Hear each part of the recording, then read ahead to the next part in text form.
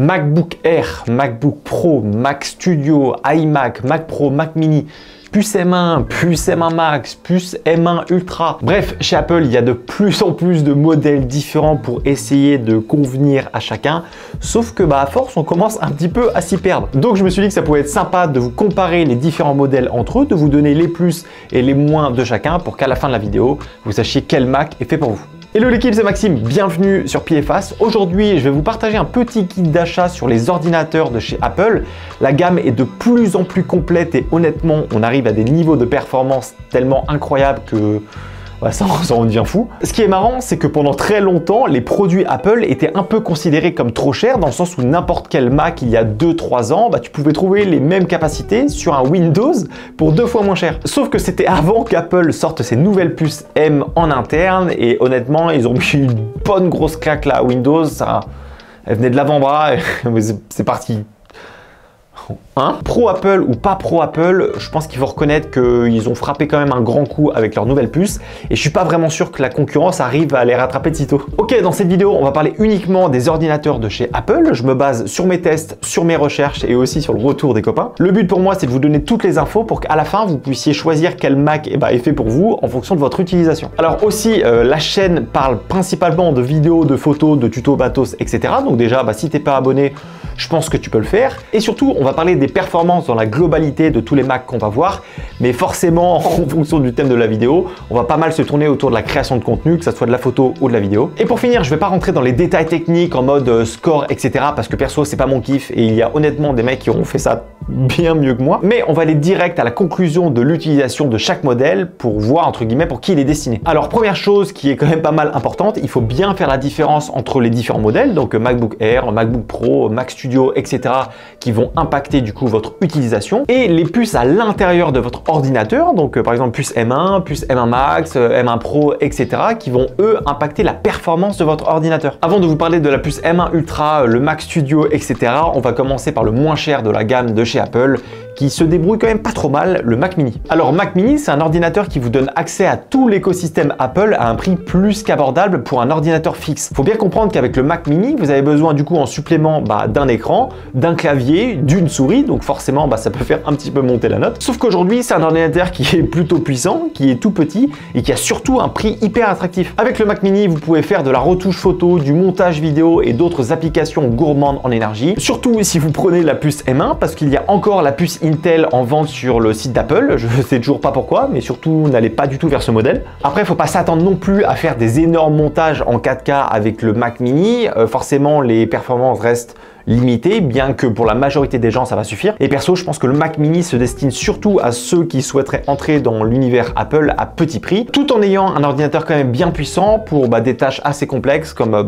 du montage vidéo ou alors même de la retouche photo. On continue dans la gamme avec cette fois-ci un écran, un clavier et une souris. On va parler du MacBook Air. Comme son nom le laisse un petit peu sous-entendre, c'est l'ordinateur le plus léger de la gamme. Il est petit, pèse un peu plus d'1 kg, ce qui est vraiment pratique quand tu veux le porter et l'emmener partout. À l'heure où je tourne la vidéo, il est disponible uniquement avec la puce M1 qui est comme on l'a dit une grosse révolution je pense dans tout ce qui est ordinateur. Donc vous avez un ordinateur tout léger mais très puissant avec un très bel écran et ça je vous avoue que ça va pas mal vous aider pour tout ce qui va être montage vidéo ou même retouche photo. Plutôt destiné aux étudiants grâce à sa portabilité, sa puissance mais aussi son autonomie. Honnêtement il va largement vous suffire si vous faites des petits montages à droite à gauche ou même des projets qui demandent non plus pas tant que ça de capacité en interne. Dans la plupart des cas il va très bien tenir la route pour pas mal de projets tant que vous prenez la puce M1. C'est vrai que je vais peut-être pas trop le préciser à chaque fois, mais toutes les puces qui sont avant M1, donc toutes les puces Intel, c'était à peu près avant 2020, c'est des Macs que je vous recommande pas tant que ça parce que là on assiste vraiment à une révolution avec ces puces M1. Donc n'allez pas vers les puces qu'il y avait avant, allez vers ce qu'il y a maintenant, ça, vous allez voir la différence directe. Ok, maintenant on va parler du MacBook Pro et il y a pas mal de choses à dire là-dessus, surtout que ça va être une belle transition avec ce qui se fait vraiment de très performant chez Apple. Vous vous rappelez en début de vidéo, je vous parlais de la différence avec les différents modèles et surtout les différentes puces. Et là, le MacBook Pro a 3 puces différentes. La puce M1, la puce M1 Pro et la puce M1 Max. Avant de vous parler quelle puce est destinée à qui, un MacBook Pro, c'est essentiellement à peu près la même chose qu'un MacBook Air, en un peu plus lourd et un peu plus large entre guillemets, ce qui fait qu'on a plus ou moins de meilleure capacité dans l'ensemble. Donc ce qui est cool, c'est qu'on peut l'emmener partout, on peut clairement bosser de là où on veut, et ce que je trouve plutôt intéressant, c'est que tu peux l'utiliser en voyage, dans le train, etc. mais aussi dans ton studio chez toi, dans ton bureau. Après, il existe différentes tailles, ça c'est un peu en fonction de vos préférences et ça va aussi jouer du coup sur la puissance de l'ordinateur. Les MacBook Pro sont destinés à mon sens un peu plus à ceux qui souhaiteraient bosser dans plusieurs endroits, mais pas que, il peut facilement se brancher à un écran et donc devenir un ordinateur portable de bureau. Et c'est ça que je trouve intéressant avec les MacBooks, c'est que du coup il vous permet un peu de jouer sur les deux tableaux. Maintenant parlons des puces avec le MacBook Pro, car on a pas mal de choix. On va commencer par la puce M1, donc c'est la même puce que ce qu'on utilise dans le Mac Mini et le MacBook Air, donc on a sensiblement les mêmes capacités. Donc si vous avez un budget un peu plus serré, je vous conseillerais du coup un peu plus de partir sur le MacBook Air avec la puce M1, parce que pour quelques centaines d'euros supplémentaires, le MacBook Pro va pas vous apporter tant de choses de plus que ça par rapport au MacBook Air. Donc pour moi, ça vaut pas vraiment trop le coup de prendre un MacBook Pro avec la puce M1. Par contre, on va parler des deux autres puces qui sont la puce M1 Pro et la puce M1 Max, qui sont pour le coup des bêtes de course, de machines de guerre, de tout ce que tu veux. Avec ces puces-là, on entre vraiment dans le game de l'ordinateur professionnel. Avant, on était sur des ordinateurs performants, mais un peu plus destinés au grand public. Là, on entre vraiment dans des machines de guerre qui restent quand même pas mal accessibles pour le grand public. Alors, je parle d'accessibilité par rapport en termes de rapport qualité, prix, performance. Parce que bon, je sais très bien que tout le monde ne peut pas lâcher les 3000 balles pour un ordinateur. Donc la puce M1 Pro qui démarre à 2250 €, il y a quand même un bon gap de prix avec la puce M1, sauf qu'il y a une énorme différence en termes de puissance. Pour 95% des gens, ce MacBook Pro avec la puce M1 Pro va largement les combler pour toutes les tâches qu'ils ont en tête. Il est puissant, il supporte les fichiers lourds en 4K, 10 bits, etc. Les grosses retouches sur Lightroom, Photoshop, ça, il n'y a pas de souci non plus. Donc je pense que vous l'avez compris, mais le MacBook Pro avec la puce M1 Pro est pour moi le Mac à avoir pour une utilisation professionnelle ou même personnelle, mais plutôt poussée dans la vidéo. Pour moi, cet ordinateur, c'est le meilleur rapport qualité-prix de la gamme Apple à l'heure où je tourne la vidéo. Par contre, il a quand même ses petites limites pour moi qui, c'est mon métier de faire des vidéos, donc de temps en temps, j'ai besoin d'avoir vraiment un ordinateur hyper puissant pour faire des gros montages avec des gros fichiers comme de la 4K 120 en 10 bits, temps de la 6K, même de la 8K. Là, ce modèle-là va être un peu limite. Quand on est un peu limite avec ce modèle-là, il y en a un autre au-dessus. Le MacBook qui est juste au-dessus, c'est le MacBook avec la puce M1 Max qui est un tueur à gages, je pense qu'on peut le dire. Mais on va en parler un petit peu après le sponsor de la vidéo qui est Motion Array. Motion Array, c'est un site qui vous permet de répertorier plein d'assets différents pour vous aider à faire de meilleures vidéos. On a des titres, des templates, du sound design, de la musique, des vidéos libres de droit, des effets, bref, tout ce qu'un créateur de contenu a besoin pour se faciliter la vie et essayer de créer du contenu de meilleure qualité. Perso, ce qui me plaît pas mal, c'est la partie motion design. Que ce soit pour des clients ou pour ma chaîne YouTube, j'utilise assez souvent du motion design pour rendre la vidéo un peu plus sympa.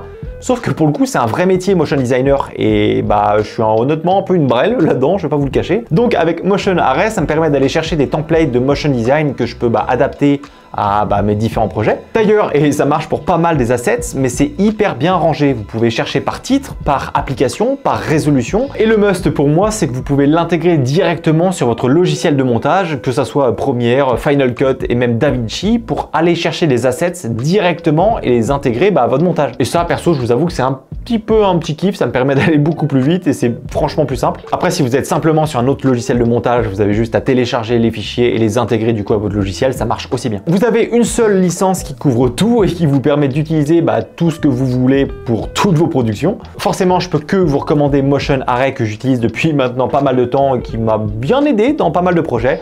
Donc je vous mets le lien dans la description si jamais ça vous intéresse. Donc MacBook Pro M1 Max, le meilleur ordinateur portable qui existe à l'heure où je tourne la vidéo. C'est simplement un monstre de puissance. Je pense qu'il y a vraiment un step-up que Apple a fait qui est...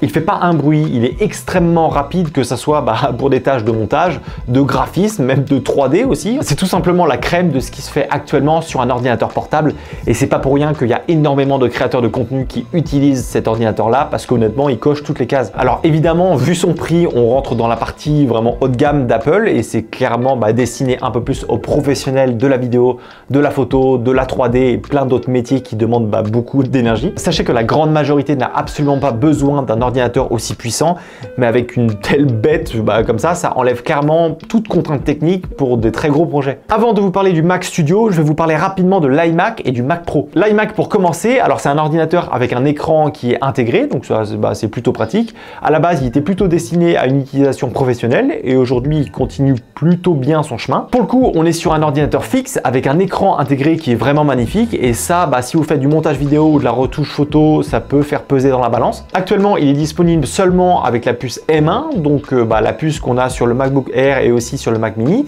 Donc ce qui n'est pas non plus incroyable au vu des autres puces qu'on a d'Apple, mais je pense que clairement ça va venir dans les prochains mois où on va voir arriver, je pense, la puce M1 Max et peut-être la puce M1 Ultra, on ne sait pas. Les iMac sont destinés à ceux qui bossent de chez eux ou dans un bureau et qui ont envie d'avoir un très bel écran défini à la Apple. Il est disponible à partir de 1450 €, donc je pense que c'est plutôt pas mal pour un écran plus un ordinateur. Après, encore une fois, je vous conseille d'attendre un petit peu si ce modèle vous intéresse, parce que je pense que ça va être le prochain modèle qu'Apple va mettre en avant et surtout va upgrader. Ok, le Mac Pro maintenant, donc c'est un ordinateur fixe sans écran avec des capacités de dingue. En fait, c'est clairement une machine incroyable, mais qui va vous coûter un bras. Donc qui a plutôt bien marché par le passé, mais qui est en train de vieillir pas hyper bien avec les nouvelles puces qui arrivent. Parce que le problème de cet ordinateur là, c'est que du coup, il fonctionne encore avec les anciennes puces Intel. Donc forcément, équivalent avec les puces M1 qu'on a actuellement.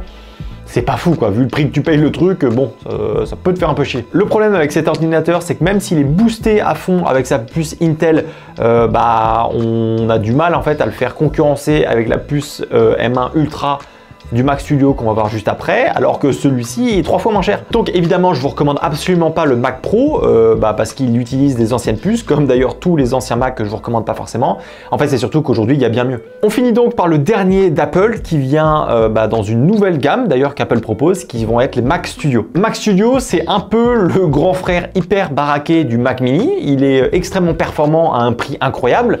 2300 € pour une machine de guerre avec une puce M1 Max, ce qui fait de lui un des meilleurs rapports qualité-prix en termes de puissance-prix, honnêtement. Vous pouvez tout lui envoyer dans la tronche, dans tous les cas, il va tout supporter, il va être là costaud sur les appuis, il va pas bouger et ça, du coup, ça fait plaisir. Après, il faut juste savoir qu'il faut acheter du coup un écran, une souris et un clavier en plus.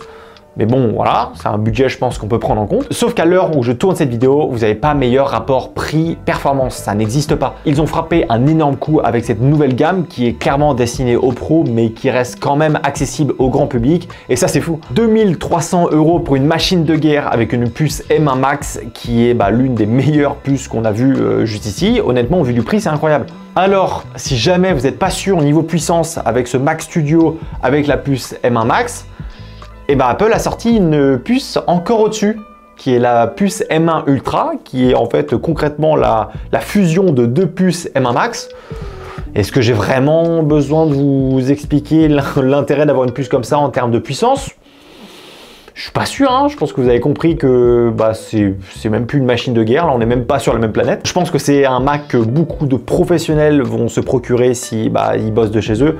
Parce qu'avec une puce comme celle-ci, honnêtement, le champ des possibilités est complètement élargi et vous pouvez tout faire dessus. Dans tous les cas, l'ordinateur va tout prendre sans broncher. Donc clairement, c'est assez compliqué de dire quel Mac est fait pour qui. La première question que vous devez vous poser, c'est est-ce que j'ai besoin d'avoir un Mac portable pour l'emmener dans différents endroits, ou alors j'ai plutôt tendance à bosser de chez moi ou au bureau. La deuxième question à se poser, c'est en termes de budget. Combien vous voulez mettre dans votre nouvelle machine? À savoir qu'il faut, je pense, attendre un petit peu plus d'avoir un plus gros budget pour passer au modèle au-dessus, déjà qui va vous durer plus longtemps et qui va surtout moins vous frustrer, parce qu'il n'y a rien de pire d'avoir un ordinateur qui bug, qui marche lentement. Ça, je pense que c'est le pire sentiment de frustration qu'on peut avoir quand on veut créer du contenu. Mais bref, déjà ces deux questions vous permettent de vous orienter vers tel ou tel modèle. Mais si jamais je devais vous conseiller sur les modèles, je dirais que si vous avez besoin d'un Mac portable juste pour les cours chez vous, faire un petit peu de montage de temps en temps ou de la photo, je vous dirais de prendre le MacBook Air avec la puce M1.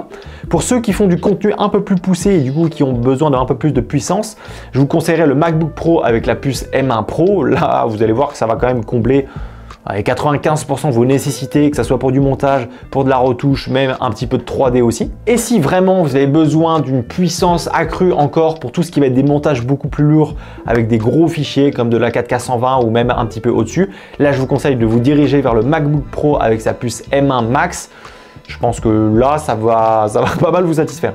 Par contre, si vous bossez de chez vous ou même au bureau, là, il y a une belle question à se poser. Pour des tâches assez simples, prenez le Mac Mini. Il est pas cher, il fonctionne très bien et peut faire beaucoup de tâches. Si vous faites pas mal de montage, de retouches photos, etc., prenez le Mac Studio. C'est une bête de course qui, pour beaucoup, va être clairement overkill parce que c'est beaucoup trop puissant pour ce que vous en avez besoin, mais autant avoir un ordinateur qui va vous durer pour plusieurs années et au moins vous avez une base solide. Après, tout dépend de l'argent que vous voulez mettre, mais si jamais vous n'avez pas un gros budget, prenez le Mac Studio avec la puce M1 Max qui est à 2300 €. Par contre, si vous avez plus de budget, prenez le MacBook Pro M1 Max qui va être du coup un peu plus cher, mais que vous allez pouvoir emmener partout pour travailler dans le train, dans l'avion, chez votre mère, où vous voulez, et aussi que vous allez pouvoir travailler dans votre bureau, chez vous, au studio, etc. Mais si vous voulez être sûr d'avoir le maximum de puissance possible chez Apple, partez sur le Mac Studio avec la puce M1 Ultra. Là pour le coup, ça va couvrir tout ce que vous avez besoin pour maintenant et pour les 5-7 prochaines années. Après, encore une fois, c'est mon avis, tout dépend de ce que vous avez besoin, de votre utilisation et de votre budget. Moi perso, je suis un peu en train de me poser la question de partir sur un Mac Studio ou alors un MacBook Pro M1 Max. C'est un peu pour ça que je voulais faire cette vidéo aussi, ça m'aide aussi un peu à faire mon choix de mon côté. Mais en tout cas, j'espère que cette vidéo vous aura plu. Si c'est le cas, pensez à me laisser un petit commentaire, c'est ce qui m'aide le plus. Et puis moi, je vous dis à la semaine prochaine pour une autre vidéo. La bise!